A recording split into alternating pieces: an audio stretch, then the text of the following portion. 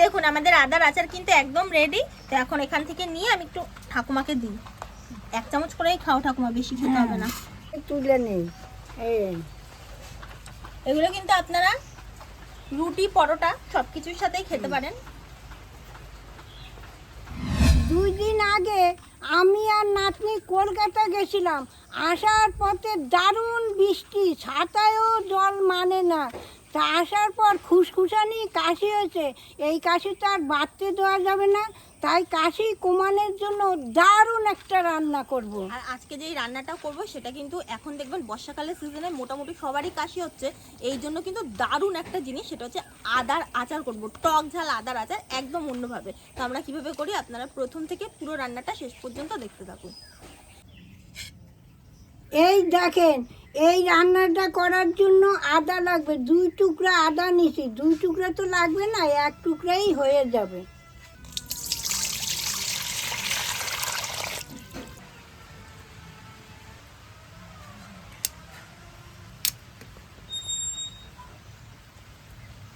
ঠাকুমা জোর পাচ্ছ না নাকি? না এটা আদা শুনতে পাচ্ছ না? না,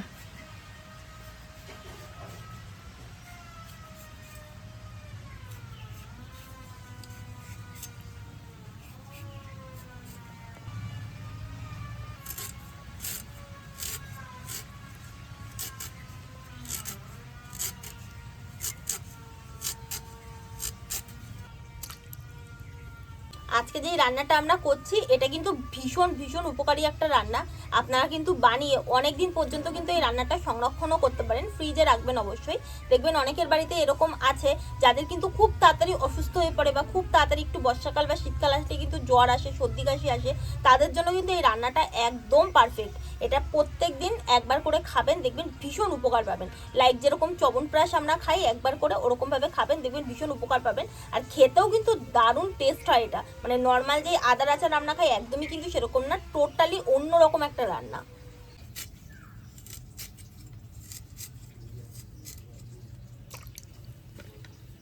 তাই এখন আমি উনানটা ধরিয়ে নেই।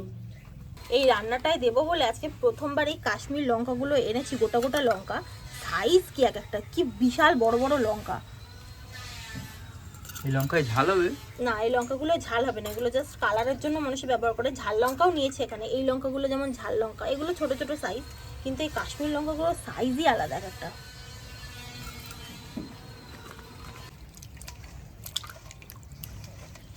আদাটা আমি একবার ভালো করে ধুয়ে নিলাম।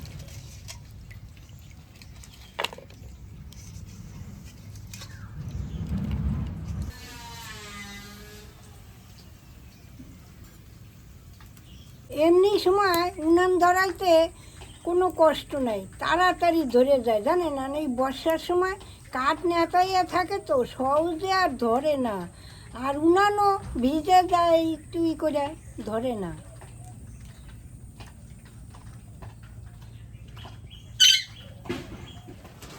ফোনটা ধরিয়ে দিয়েছে, কড়াইটা আমি বসিয়ে দিই। এখন কড়াইতে একটু সাদা তেল দিয়ে দিচ্ছি। তেলটা হালকা গরম হয়ে গেছে, এখন এই আদার টুকরোগুলো আমি দিয়ে দিচ্ছি।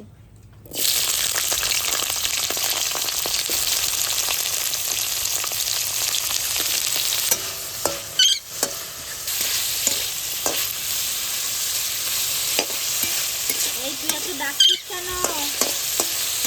পাখিটাকে তো আজকে দূরে রাখিনি, বৃষ্টি হচ্ছিল, কাছেই রেখেছি। দেখুন ও খেলাও শুরু করে দিয়েছে। কি হো, ডাকছো কেন তুমি? আপনারা কিন্তু এই আদার সাথে সাথে পারলে 2-4টে রসুনের কোয়াও দিয়ে দিতে পারেন।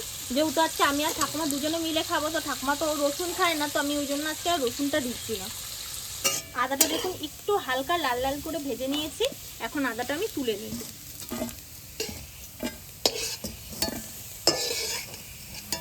হাতে একটা লঙ্কা নিয়েছি, এই লঙ্কা এত ভালো খায়, দেখুন লঙ্কা দেখে কেমন করছে দেখুন। এবার দেখুন এদিকে চলে আসবে, এনে এই দেখুন, এই দেখুন, আবার দেখবেন, এই দেখেন, এই রে চলে এসছে। এই নাও, এই না, এই না, এই না কেউ, এই যে লঙ্কা। এইবার দেখুন এই লঙ্কাটা দেখুন পেয়েছে। এইবার দেখুন মজা করে খাবে। এই যে মজা করে খাচ্ছে। এখানে কটা দেখুন ছোলার ডাল আমি নিয়েছি, ওই তেলের মধ্যে আমি কটা ছোলার ডাল দেব, বেশি না অল্প কটাই দেব। তার সাথে সাথে অল্প কটা বিউলির ডালও দিয়ে দিচ্ছি আমি। দিয়ে দিচ্ছি 1 চামচের মতো গোটা ধনে, 1 চামচের মতো দিয়ে দিচ্ছি গোটা জিরে, দিয়ে দিচ্ছি সর্ষে 1 চামচের মতো, ঝালের জন্য দিয়ে দিচ্ছি 4টে শুকনো লঙ্কা, কালারের জন্য দিয়ে দিচ্ছি 4-5টা কাশ্মীর লঙ্কা। এবারে সব কিছুকে হালকা করে একটু ভেজে নেব। এখন এর মধ্যে দিয়ে দেব সামান্য একটু তেঁতুল। এই তেঁতুলটা দিলে বেশ টক টক হয়, খেতে খুব ভালো লাগে। আঁচটা দেখুন আমি কিন্তু একদম কম করে এটাকে ভাজছি, মানে একদম বেশি আঁচ দিয়ে এটাকে ভাজা যাবে না। হালকা একটু এটাকে কিন্তু আমি লাল লাল করে ভেজে নিয়েছি দেখুন। এখন এটা আমি নামিয়ে দেবো। এখন এটাকে তুলে এই আদার সাথেই রেখে দিচ্ছি।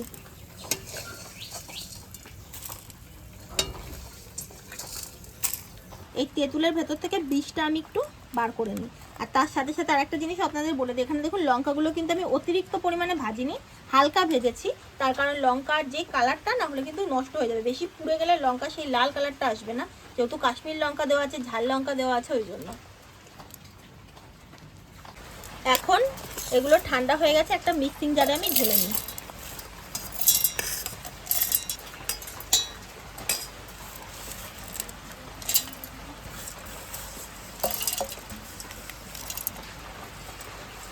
এখন এর মধ্যে 1/2 চামচ মতো দিয়ে দিচ্ছি বিট লবণ, তার সাথে পেস্ট করার জন্য দিয়ে দিচ্ছি জল বেশ খানিকটা পরিমাণে। এইবার আমি আটকায় নেই, একটু ভালো করে ঘুরিয়ে নিয়ে আসি। এই দেখুন ঠাকুমা কিন্তু মিক্সিতে কত সুন্দরভাবে দেখুন পেস্ট করে এনেছে এটা। এখনো কিন্তু এটা আমার রান্না শেষ হয়নি, মানে আচারটা কিন্তু এখনো তৈরি হয়নি, এখনো কিছু জিনিস বাকি আছে। কড়াইতে আরো একটু তেল আমি দিয়ে দিয়েছি। এখন এর মধ্যে একটু জিরে ফোড়ন দেবো, তার সাথে কটা সর্ষে দিচ্ছি।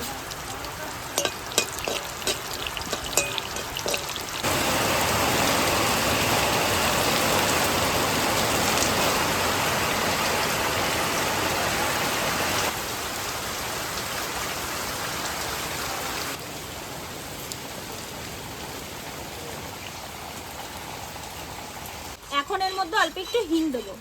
আমার ঠাকুমা আবার হিংটা একটু খুলে রেখেছিল, একটু জমাট বেঁধে গেছে, এই দেখুন। হিংটা দিয়ে দিচ্ছি।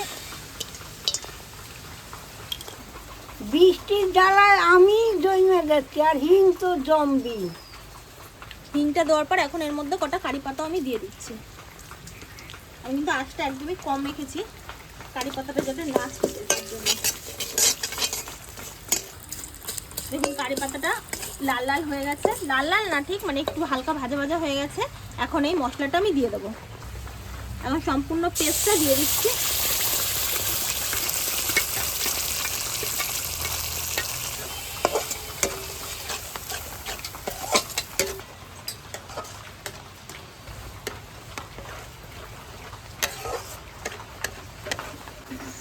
এটাকে নাড়তে নাড়তে হালকা একটু টেনে এসছে, তো এখন এর মধ্যে একটু গুড় দিয়ে দেবো। আমি মিষ্টির জন্য এখানে আমি গুড়টাই ব্যবহার করছি। তো এখানে আমি 1 চামচ পরিমাণে গুড় দিলাম, এটা আখের গুড়।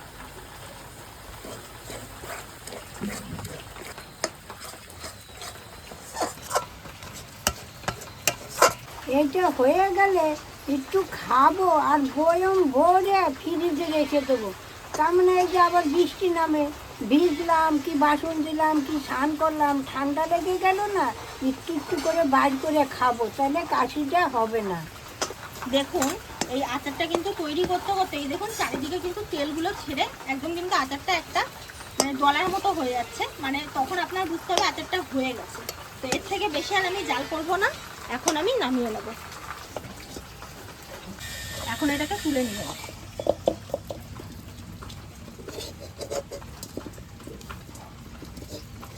ভাবলাম ঠাকুমা অনেকটা হবে, অল্প একটুই হলো। এই কালারটা কি সুন্দর হয়েছে দেখ, বাপরে। এই দেখুন আমাদের আদার আচার কিন্তু একদম রেডি। তো এখন এখান থেকে নিয়ে আমি একটু ঠাকুমাকে দিই। 1 চামচ করেই খাও ঠাকুমা, বেশি খেতে হবে না। আচার এই আচারটা 1 চামচ করেই খায়, আমি হাতে তুলে নিই। এই এগুলো কিন্তু আপনারা রুটি পরোটা সব কিছুর সাথেই খেতে পারেন।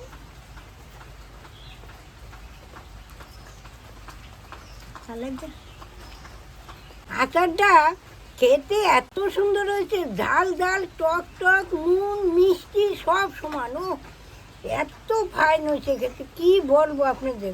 আমি তো মনে হয় ডাল ভাতের সঙ্গে খাবো, এত টেস্ট হয়েছে। আমার মনে হয় গলাটা ছেড়েই যাবে। তো ঠাকুমাকে তো দিলাম, এখন প্রত্যেক দিনই 1 চামচ করেই দেবো, বেশি পরিমাণে দেবো না, কারণ অনেকটা পরিমাণে যেহেতু আদা রয়েছে তো 1 চামচ করে দেবো প্রত্যেক দিন খাবার। এগুলো কিন্তু রুটি পরোটা দুটোর সাথে কিন্তু খেতে খুব ভালো লাগে।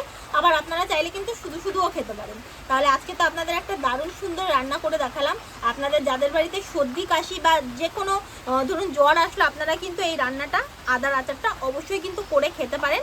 আশা করি ভীষণ উপকার পাবেন। তাহলে আজ আসি, আবার কাল দেখা হবে। টাটা।